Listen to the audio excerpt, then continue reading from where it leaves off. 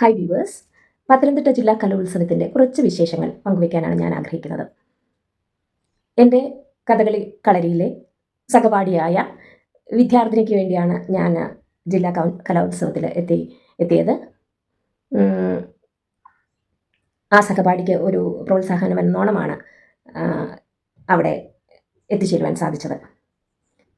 വളരെ കുറച്ച് വേദികളിൽ ചെന്ന് കാണുവാനും കുറച്ച് സമയം ചിലവഴിക്കുവാനും സാധിച്ചു. അവിടുത്തെ കുറച്ച് വിശേഷങ്ങൾ പങ്കുവെക്കണമെന്ന് എനിക്ക് തോന്നി. എൻ്റെ സഹപാഠി കഥകളിയിലാണ് അരങ്ങിൽ എത്തിയത്. രാവിലെ തന്നെ തുടങ്ങുമെന്ന് പറഞ്ഞു, പക്ഷേ ഉച്ച കഴിഞ്ഞാണ് വേദികളിൽ കഥകളി ആരംഭിച്ചത്. അതിനോടകം ഓട്ടം തുള്ളൽ കളിച്ചിരുന്ന ഒരു കുട്ടിക്ക് വേണ്ടി അതിൻ്റെ മേക്കപ്പ് കാര്യങ്ങളുമായിട്ട് ഒരു സഹായം ചെയ്യേണ്ടി വന്നു. അതിൻ്റെ ഒരു കഥ, അത് മനസ്സിൽ ഒരു കുളിർമയേകിയതും മനസ്സിനെ തട്ടിയതുമായ ഒരു അനുഭവമാണത്. അതായത് കഴിഞ്ഞ ആഴ്ച കഥകളി ക്ലാസ്സിൽ നിൽക്കുമ്പോൾ എൻ്റെ അനന്തരവനായ അദ്ദേഹം ഒരു സാറാണ്, ഫിസിക്കൽ എഡ്യൂക്കേറ്റർ. അപ്പോൾ കഥകളി ക്ലാസ്സിൽ ഒരു ഫോൺ വരികയാണ്. കുട്ടിക്ക് ഇതുപോലെ ഓട്ടംതുള്ളൽ ചെയ്യണം, അതിന് എങ്ങനെയാണ് മേക്കപ്പ് ചെയ്യുന്നത്, കേട്ട് ചെയ്യാനായിരുന്നു, എങ്ങനെയെങ്കിലും ഒന്ന് ചെയ്തു കൊടുക്കാനായിരുന്നു അദ്ദേഹം വിചാരിച്ചത്. പക്ഷേ ഈ കുട്ടിയെ ഉപജില്ലയിലും ഞാൻ കണ്ടിരുന്നു. അധികം മേക്കപ്പൊന്നും ഇല്ലാതെ വേദിയിൽ വന്ന ഒരു കുട്ടിയാണ്, കഴിവുകൊണ്ട് മാത്രം വന്ന ഒരു കുട്ടിയാണ്. അപ്പോൾ ഞാൻ പറഞ്ഞു, അതിനൊരു സമ്പ്രദായമുണ്ട്, അപ്പോൾ അതെല്ലാം ചെയ്താലേ പറ്റത്തുള്ളൂ. അപ്പോൾ എൻ്റെ ഗുരുനാഥനോട് ഞാൻ ആ കാര്യം അറിയിച്ചു. എൻ്റെ ഗുരുനാഥൻ പറഞ്ഞു, അത് നമുക്ക് ചെയ്ത് കൊടുക്കാമല്ലോ എന്ന് പറഞ്ഞു. എന്നിട്ട് പറഞ്ഞു, ആ കുട്ടി യൂട്യൂബിൽ നോക്കിയാണ് എൻ്റെ ഓട്ടംതുള്ളൽ പഠിച്ചിരിക്കുന്നത്. അപ്പം അതെങ്ങനെയാണ് മേക്കപ്പ് മാത്രം ചെയ്ത് കൊടുക്കാം എന്നുള്ള രീതിയിൽ ആണ് ഞാൻ ഒരു കാര്യത്തിൽ ആ വേദിയിലേക്ക് എത്തുന്നത്. അപ്പോൾ രാവിലെ തന്നെ അത് ഞാനും ഗുരുനാഥനുമായിട്ട് അത് എല്ലാം സജ്ജീകരിച്ചു കൊടുത്തു. അതിനുശേഷം രാവിലെ അവിടെ എത്തി എൻ്റെ സഹപാഠിയായ വിദ്യാർത്ഥിനിക്ക് വേണ്ടി അവളുടെ കൂടെ ഇരിക്കുകയും കാര്യങ്ങളൊക്കെ അതിൻ്റെ കൂടെ സഹകരിക്കുകയും ചെയ്തു. ആ സമയത്ത് നമ്മൾ കിരീടം വയ്ക്കാനായിട്ട് എൻ്റെ ഗുരുനാഥൻ്റെ കൂടെ ഞാൻ പോകുമ്പോഴാണ് ഈ കുട്ടിയെ കാണുന്നത്. മഹാഭാരതത്തിലെ ഏകലവ്യൻ എന്ന കഥാപാത്രത്തിനെ ഓർമ്മിപ്പിക്കപ്പെടുന്ന ഒരു കുട്ടി, തൻ്റെ ഗുരു ഇല്ലാതെ വളരെ ലാളിത്യമുള്ള ഒരു കുട്ടി. ആ കുട്ടിക്ക് എൻ്റെ ഗുരുനാഥൻ കിരീടം വെച്ച് കൊടുക്കുകയും നമ്മൾ ആശംസകൾ അർപ്പിച്ച് നമ്മൾ ആ വേദി വിട്ടു. പല കുട്ടികളും അവിടെ വേദിയിൽ പഠിച്ച് അരങ്ങിൽ മത്സരത്തിനായിട്ട് എത്തിയിട്ടുണ്ട്. അതിൽ ഒന്നാമതെത്തിയ കുട്ടിക്ക് അഭിനന്ദനങ്ങൾ അർപ്പിക്കുന്നതിനോടൊപ്പം തന്നെ ഈ ഒരു വിശേഷം കൂടെ ഞാൻ പങ്കുവയ്ക്കുകയാണ്. കാരണം ഞാൻ ആ കുട്ടിയുടെ ഓട്ടംതുള്ളൽ കണ്ടു. അത് എൻ്റെ അറിവനുസരിച്ച് എ ഗ്രേഡും സെക്കൻഡ് പൊസിഷനും കിട്ടിയിട്ടുണ്ട്. യൂട്യൂബ് പഠിച്ച കുട്ടിക്ക് അതിന് വേഷം ചെയ്യാനോ ഒക്കെ ആരുമില്ലാത്ത അവസരത്തിൽ എനിക്കതിനൊരു കാരണമാകാൻ സാധിച്ചതിൽ ഒരു മഹാഭാഗ്യമായിട്ട് ഞാൻ കരുതുന്നു. ഒന്നാം സ്ഥാനം കിട്ടിയ കുട്ടിയോടൊപ്പം തന്നെ ഈ കുട്ടിയുടെ ചെയ്ത ആ ഒരു ഹാർഡ് വർക്കിനും അഭിനന്ദനങ്ങൾ. ഉച്ച കഴിഞ്ഞ് 2 മണിക്ക് കഥകളി ആരംഭിച്ചു. എൻ്റെ സഹപാഠി നല്ലതായിട്ട് തന്നെ കഥകളി, നമ്മളുടെ സ്കൂളിൽ നിന്ന് പോയ കുട്ടി രാമൻ്റെ കഥയാണ് എൻ്റെ സഹപാഠി അവതരിപ്പിച്ചെങ്കിൽ ആ ഹൈസ്കൂളിനത്തിൽ തന്നെ ഫസ്റ്റ് കിട്ടിയ കുട്ടി രാവണനാണ് അവതരിപ്പിച്ചത്. 2 പേർക്കും അഭിനന്ദനങ്ങൾ. അത് കൂടാതെ ഏറ്റവും എനിക്ക് ഒരു പാഠമെന്നോണം തോന്നിയതാണ് ഹയർ സെക്കൻഡറി സ്കൂളിലെ പ്രകടനം. അതായത് ആദ്യത്തെ ആൾ കളിച്ചപ്പോൾ ആ കുട്ടി എനിക്ക് വ്യക്തിപരമായി അറിയാവുന്നതാണ്. ആദ്യത്തെ കുട്ടി കളിക്കുമ്പോഴും ഞാൻ വിചാരിച്ചു ആ കുട്ടിക്ക് ഫസ്റ്റ് കിട്ടുന്നു. പക്ഷേ അതിലെല്ലാം ഉപരിയാണ് രണ്ടാമത് വേദിയിലെത്തിയ കുട്ടിയുടെ ഒരു പെർഫോമൻസ്. അതായത് നമുക്കറിയാം കഥകളിയിലെ എല്ലാ ആംഗിളിലേക്കും അഭിനയം ആയിക്കൊള്ളട്ടെ, മെയ് വഴക്കം ആയിക്കൊള്ളട്ടെ, കലാശം ആയിക്കൊള്ളട്ടെ, എല്ലാം ആ കുട്ടി അവളുടെ കഴിവുകൾ പ്രകടിപ്പിച്ചു തന്നെ ഒരു ഒന്നാന്തരം പെർഫോമൻസ്. അത് നമ്മൾ ഓർക്കും, ഇതെന്തിനാണ് കഥകളി, മെയ് വഴക്കം വേണം, ഒത്തിരി അധ്വാനമുള്ളതാണ്, കൂടുതൽ കഥയുടെ വിസ്തരിച്ച് കഥ പറഞ്ഞു പോകുമ്പോൾ മെയ് വഴക്കവും ആരോഗ്യവും വേണം. അപ്പോൾ പണ്ടത്തെ കാലത്തൊക്കെ ഉഴിച്ചിലും പിഴിച്ചിലും ഒക്കെ ഉണ്ടായിരുന്നു. കഷ്ടപ്പെട്ട് പഠിക്കേണ്ട ഒരു മേഖലയാണ് കഥകളി. എന്നാൽ ഇന്ന് പലരും ഒരു പേരും വന്ന് പഠിക്കുന്ന ഒരു മേഖലയാണ് കഥകളി. അപ്പോൾ ഇതെന്തിനാണ് എന്ന് ഞാൻ വിചാരിച്ചിരുന്നു.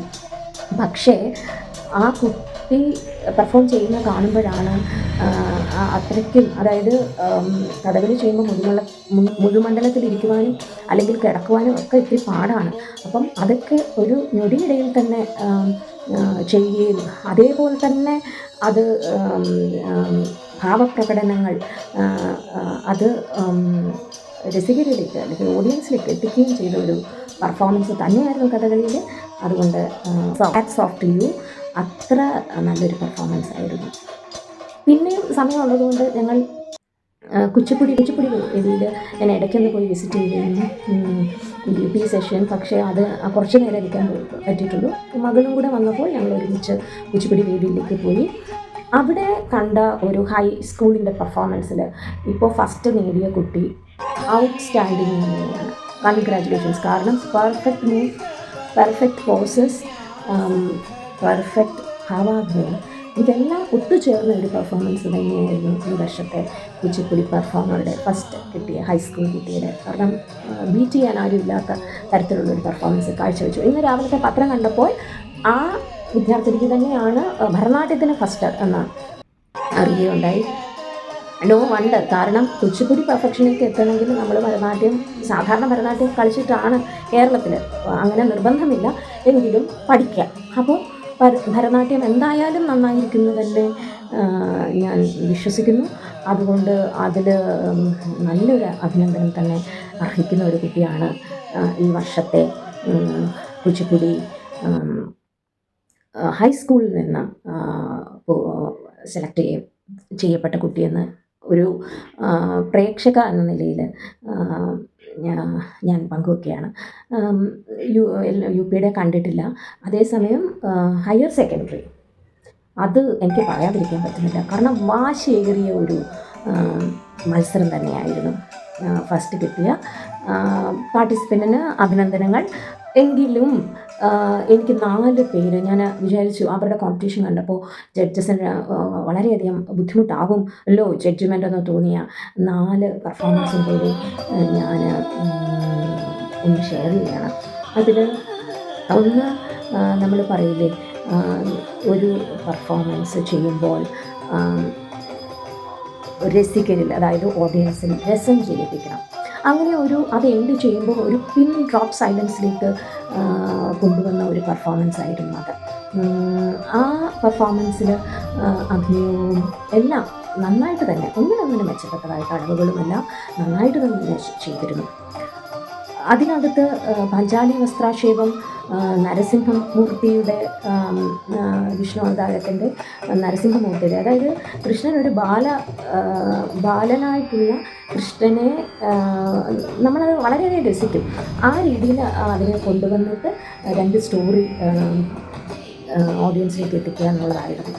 അതിനുശേഷം വന്നത് അത് മികച്ചതാണെങ്കിലും അതിനെ പോലെ തന്നെ, അതായത് പാഞ്ചാലി വസ്ത്രാക്ഷേപമുണ്ട്, അത് വേറൊരു രീതിയിൽ ഈക്വലൻ്റായിട്ട് നിൽക്കുന്ന പെർഫോമൻസ് ആയിരുന്നു അടുത്തത്.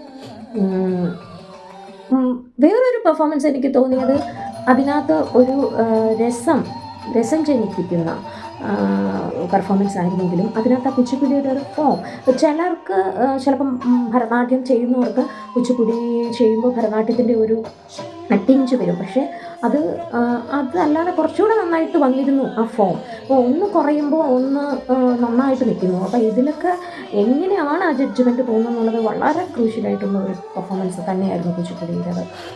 കുച്ചിപ്പുടിക്ക് എല്ലാവർക്കും തന്നെ A ഗ്രേഡ് കിട്ടിയിട്ടുണ്ടെന്നുള്ളതാണ് അതിനകത്തെ വളരെ പറയേണ്ടതായിട്ടുള്ളൊരു വിശേഷം. എല്ലാവർക്കും തന്നെ A ഗ്രേഡ് കിട്ടിയിട്ടുണ്ട്. അതിൽ മെച്ചപ്പെട്ട ചില പെർഫോമൻസുകളെ പറ്റിയാണ് ഞാൻ പങ്കുവയ്ക്കുന്നത്. അതിൽ ഒരാൾ താലത്തിൽ നന്നായിട്ട്, താലമല്ല ഓവറോൾ നോക്കുമ്പോൾ നല്ല പെർഫോമൻസ് തന്നെയാണ്, അത് താലമാണ് ഔട്ട്സ്റ്റാൻഡിങ്.